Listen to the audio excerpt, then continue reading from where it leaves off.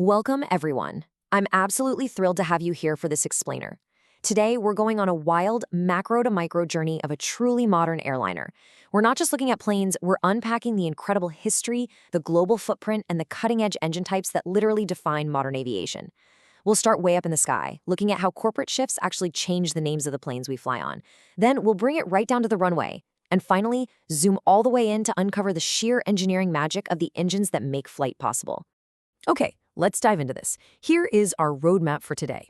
First up, the history of commercial aircraft transformation. Next, we'll look at global airline application. And finally, we'll get into anatomy and engine types. All right, kicking things off with Section 1, the history of commercial aircraft transformation, focusing on corporate evolution. Now, take a really close look at the fuselages you're seeing right here. Just scan the nose shape, the window placement, those sleek aerodynamic winglets, and the overall profile against that blue sky. Do you notice something? They are completely identical. The engineering footprint hasn't changed a single bit. But the branding? That's a totally different story. The one branded with the bold lettering of the Bombardier C-Series, specifically the CS300, is the exact same airframe flying under a completely different name, the Airbus A220-300. Crazy, right? And this brilliantly illustrates how corporate acquisitions can literally reshape aviation history, all without altering the core engineering blueprint. You see, Bombardier designed an absolute marvel of modern aerodynamics with the C-Series. They built a highly efficient, passenger-friendly aircraft completely from scratch. But as you probably know, the aviation industry is incredibly capital-intensive. It takes deep pockets. So through a major strategic partnership and an eventual acquisition, this Canadian-born engineering triumph was integrated directly into the European Airbus family. And just like that, the C-Series was instantly transformed into the A220. It's a perfect example of how an aircraft's history isn't just written in the wind tunnel, It's written in the boardroom. They preserved that brilliant engineering but completely overhauled the global marketing and corporate lineage. Let's move on and see how this builds into Section 2. Global airline application, looking at real-world deployment. Just look at that striking Delta Airlines livery, taxing against those gorgeous mountains. Guys, this isn't a prototype anymore.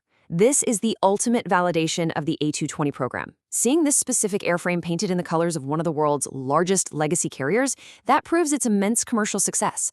Airlines demand reliability, efficiency, and massive scale for real-world deployment across global fleets. And this perfectly captures that successful transition from a brilliant engineering concept to a daily, reliable workhorse moving thousands of passengers around the globe.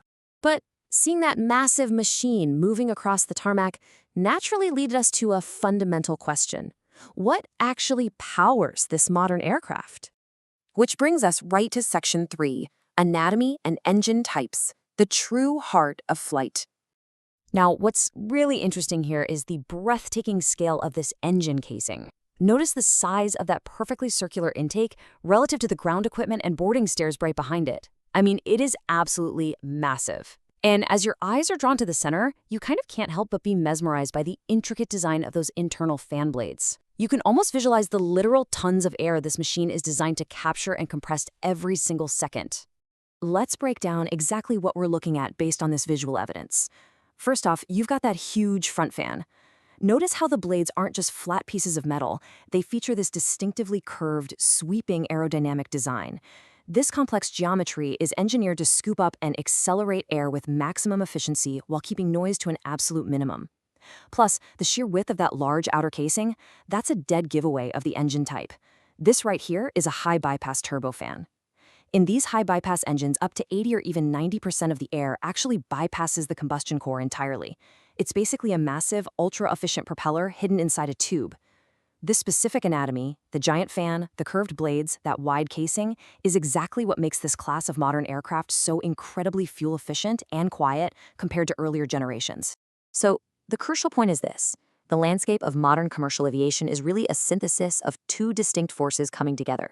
On one hand, you have the strategic corporate evolution, like that huge transformation from Bombardier to Airbus, which ensures these incredible machines actually survive and make it to the global market.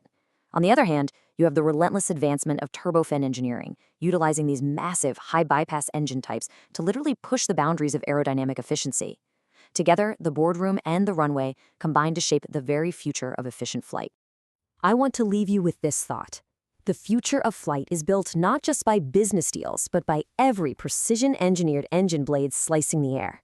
As we look at how far both the business side and the pure mechanics of aviation have come, we really have to ask ourselves, what engineering limits will commercial aviation push next? Thank you so much for exploring this fascinating journey with me. I hope this explainer has given you a completely new appreciation for the incredible machines flying right above our heads.